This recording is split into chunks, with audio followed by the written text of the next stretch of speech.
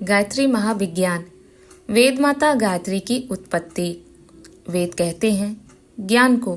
ज्ञान के 4 भेद हैं, ऋक्, यजु, साम और अथर्व। कल्याण, प्रभु प्राप्ति, ईश्वरीय दर्शन, दिव्यत्व, आत्म शांति, ब्रह्म निर्वाण, धर्म, भावना, कर्तव्य पालन, प्रेम, तप, दया, उपकार, उदारता, सेवा आदि ऋक् के अंतर्गत आते हैं। पराक्रम, पुरुषार्थ, साहस, वीरता, रक्षा, आक्रमण, नेतृत्व, यश, विजय, पद, प्रतिष्ठा, यह सब यजुर के अंतर्गत आते हैं। क्रीड़ा, विनोद, मनोरंजन, संगीत, कला, साहित्य, स्पर्श, इंद्रियों के स्थूल भोग तथा उन भोगों का चिंतन, प्रिय कल्पना, खेल, गतिशीलता, रुचि, तृप्ति आदि को साम के अंतर्गत लिया जाता है। धन, वैभव, वस्तुओं का संग्रह, शास्त्र, औषधि, अन्न, वस्तु, धातु, ग्रह, वाहन आदि सुख साधनों की सामग्रियां अथर्व की परिधि में आती हैं। नमस्कार, स्वागत है आप सभी का रुचि ज्ञान गंगा ऑडियो बुक्स में। आप सुन रहे हैं गायत्री महाविज्ञान भाग 1।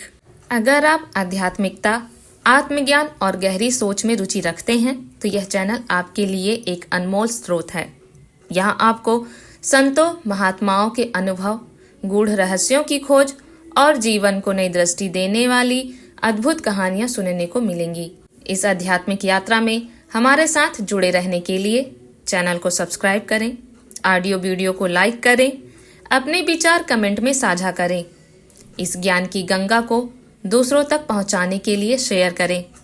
आपका सहयोग और प्रेम हमें और भी प्रेरित करेगा ताकि हम आपको बेहतरीन और अर्थपूर्ण सामग्री उपलब्ध करा सकें। रुचि ज्ञान गंगा ऑडियो बुक के साथ आत्मविकास और आध्यात्मिकता की इस यात्रा में आपका स्वागत है। तो आइए गायत्री महाविज्ञान की आध्यात्मिक यात्रा शुरू करते हैं। इसके रचयिता हैं पंडित श्रीराम शर्मा आचार्य, जो अखिल विश्व गायत्री परिवार के संस्थापक भी हैं। आइए सुनते हैं गायत्री महाविज्ञान भाग 1। किसी भी जीवित प्राणधारी को लीजिए, उसकी सूक्ष्म और स्थूल बाहरी और भीतरी क्रियाओं और कल्पनाओं का गंभीर एवं वैज्ञानिक विश्लेषण कीजिए। प्रतीत होगा कि इन्हीं 4 क्षेत्रों के अंतर्गत उसकी समस्त चेतना परिभ्रमण कर रही है। पहला ऋक् कल्याण, दूसरा यज पौरुष, तीसरा साम क्रीड़ा, चौथा अथर्व अर्थ। इन 4 दिशाओं के अतिरिक्त प्राणियों की ज्ञान धारा और किसी ओर प्रवाहित नहीं होती। ऋक् को धर्म, यजु को मोक्ष, साम को काम, अथर्व को अर्थ भी कहा जाता है। यही 4 ब्रह्मा जी के मुख हैं। ब्रह्मा को चतुर्मुख इसलिए कहा गया है कि वे एक मुख होते हुए भी 4 प्रकार की ज्ञान धारा का निष्क्रमण करते हैं। वेद शब्द का अर्थ है ज्ञान। इस प्रकार वह एक है, परंतु एक होते हुए भी वह प्राणियों के अंतःकरण में 4 प्रकार का दिखाई देता है। इसलिए एक वेद को सुविधा के ऊपर 4 भागों में विभाजित कर दिया गया है। भगवान विष्णु की 4 भुजाएं भी यही हैं। इन 4 विभागों को स्वेच्छापूर्वक करने के लिए 4 आश्रम और 4 वर्णों की व्यवस्था की गई। बालक क्रीडावस्था में, तरुण अर्थावस्था में, वानप्रस्थ पौरुषावस्था में और सन्यासी कल्याणावस्था में रहता है। ब्राह्मण ऋक् है, क्षत्रिय यजु है, वैश्य अथर्व है, साम शूद्र है। इस प्रकार यह चतुर्विध विभागीकरण हुआ। यह 4 प्रकार के ज्ञान उस चैतन्य शक्ति के ही स्फुरण हैं जो सृष्टि के आरंभ में ब्रह्मा जी ने उत्पन्न की थी और जिसे शास्त्रकारों ने गायत्री नाम से संबोधित किया है। इस प्रकार 4 वेदों की माता गायत्री हुई। इसी से उसे वेद माता भी कहा जाता है। इस प्रकार जल तत्व को बर्फ, भाप, बादल, ओस, कोहरा आदि, वायु, हाइड्रोजन, ऑक्सीजन तथा पतले पानी के 4 रूपों में देखा जाता है। जिस प्रकार अग्नि तत्व को ज्वलन, गर्मी, प्रकाश तथा गति के रूप में देखा जाता है, उसी प्रकार एक ज्ञान गायत्री के 4 वेदों के 4 रूपों में दर्शन होते हैं। गायत्री माता हैं तो 4 वेद इसके पुत्र हैं। यह तो हुआ सूक्ष्म गायत्री का सूक्ष्म वेद माता का स्वरूप। अब उसके स्थूल रूप पर विचार करेंगे। ब्रह्मा ने 4 वेदों की रचना से पूर्व 24 अक्षर वाले गायत्री मंत्र की रचना की। इस एक मंत्र के एक एक अक्षर में सूक्ष्म तत्व आधारित किए गए हैं, जिनके पल्लवित होने पर 4 वेदों की शाखा प्रशाखाएं तथा त्रुटियां अद्भुत हो गईं।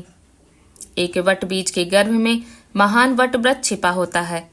जब वह अंकुर रूप में उगता है, वृक्ष के रूप में बड़ा होता है, तो उसमें असंख्य शाखाएं, टहनियां, पत्ते, फूल, फल लद जाते हैं। इन सब का इतना बड़ा विस्तार होता है जो उस मूल वट बीज की अपेक्षा करोड़ों अरबों गुना बड़ा होता है। गायत्री के 24 अक्षर भी ऐसे ही बीज हैं जो प्रस्फुटित होकर वेदों के महाविस्तार के रूप में अवस्थित होते हैं। व्याकरण शास्त्र का उद्गम शंकर जी के वे 14 सूत्र हैं जो उनके डमरू से निकले थे। एक बार महादेव जी ने आनंद मग्न होकर अपना प्रिय वाद डमरू बजाया। उस डमरू में से 14 ध्वनियां निकली। इन ऐंग, ऋलिंग, ओंग, ऐंयोच, हैवरट, ऋम आदि 14 सूत्रों को लेकर पाणिनीय ने महाकाव्य शास्त्र रच डाला। उस रचना के पश्चात उसकी व्याख्याएं होते होते आज इतना बड़ा व्याकरण शास्त्र प्रस्तुत है, जिसका एक भारी संग्रहालय बन सकता है। गायत्री मंत्र के 24 अक्षरों से इसी प्रकार वैदिक साहित्य के अंग प्रत्यंगों का प्रादुर्भाव हुआ है। गायत्री सूत्र है तो वैदिक ऋचाएं उनके विस्तृत व्याख्या हैं। ब्रह्मा की स्फुरणा से गायत्री प्रादुर्भाव।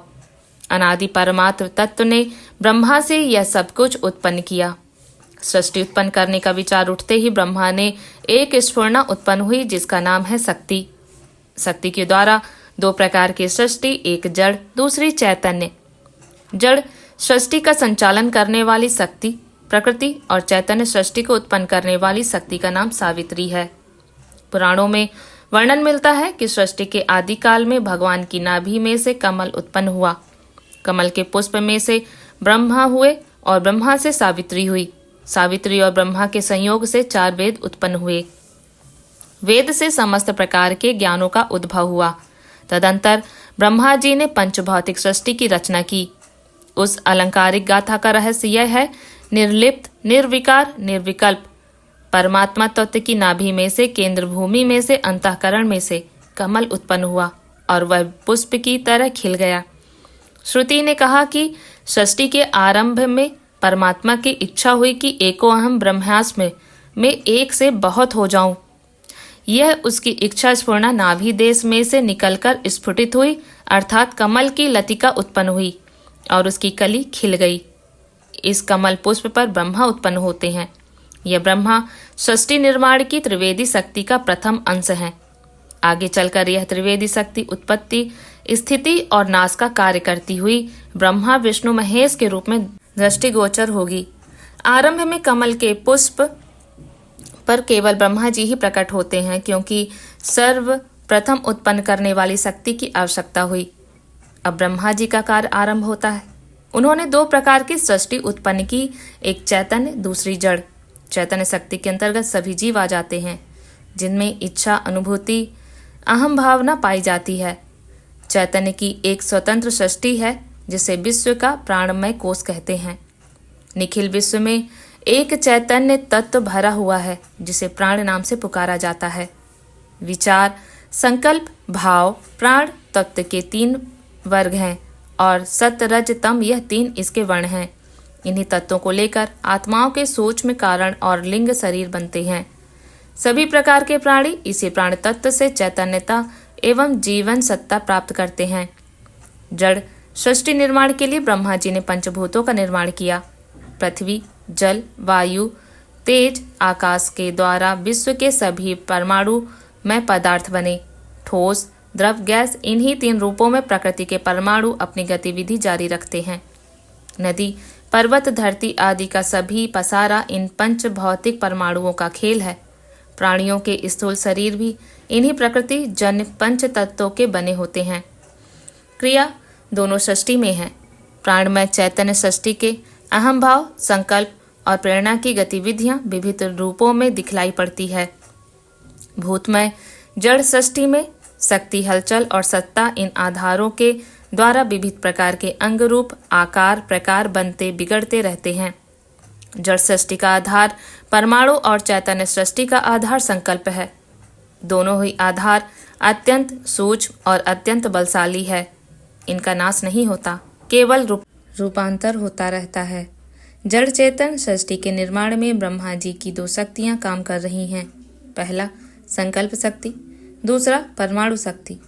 इन दोनों में प्रथम संकल्प शक्ति की आवश्यकता हुई, क्योंकि बिना उसके चैतन्य का आविर्भाव नहीं होता और बिना चैतन्य के परमाणु का उपयोग किस लिए होगा। अचैतन्य सृष्टि तो अपने में अचैतन्य थी, क्योंकि ना तो उसको किसी का ज्ञान होता और ना उसका कोई उपयोग होता है। चैतन्य के प्रकटीकरण की सुविधा के लिए उसकी साधन सामग्री के रूप में जड़ का उपयोग होता है। अस्तु आरंभ में ब्रह्मा जी ने चैतन्य बनाया, ज्ञान के संकल्प का आविष्कार किया। पौराणिक भाषा में यह कहिए कि सर्वप्रथम वेदों का उद्घाटन हुआ। पुराणों में वर्णन मिलता है कि ब्रह्मा के शरीर से एक सर्वांग सुंदरी तरुणी उत्पन्न हुई। यह उनके अंग से उत्पन्न होने के कारण उनकी पुत्री हुई। इसी तरुणी की सहायता से उन्होंने अपना सृष्टि निर्माण कार्य जारी रखा।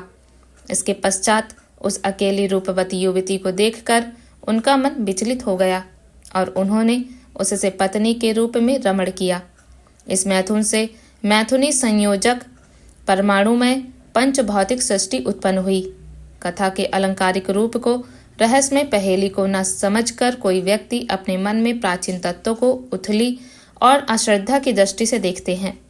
वे भूल जाते हैं कि ब्रह्मा कोई मनुष्य नहीं है और न ही उनसे उत्पन्न हुई शक्ति पुत्री या स्त्री है और न पुरुष स्त्री की तरह उनके बीज में समागम होता है। इस सृष्टि निर्माण काल के एक तथ्य को गूढ़ पहेली के रूप में अलंकारिक ढंग से प्रस्तुत करके कवि ने अपनी कलाकारिता का परिचय दिया है। ब्रह्मा निर्विकार परमात्मा की शक्ति है जो सृष्टि का निर्माण करती है। इस निर्माण कार्य को चालू करने के लिए उसकी दो भुजाएं हैं, जिन्हें संकल्प और परमाणु शक्ति कहते हैं। संकल्प शक्ति चेतन सत संभव होने से ब्रह्मा की पत्नी है। इस प्रकार गायत्री और सावित्री ब्रह्मा की पुत्री तथा पत्नी नाम से प्रसिद्ध हुई। आपको हमारी ये ऑडियो बुक कैसी लगी, कृपया कमेंट सेक्शन में कमेंट करके हमें ज़रूर बताएं। आपका कमेंट हमारे लिए अत्यंत महत्वपूर्ण है। धन्यवाद।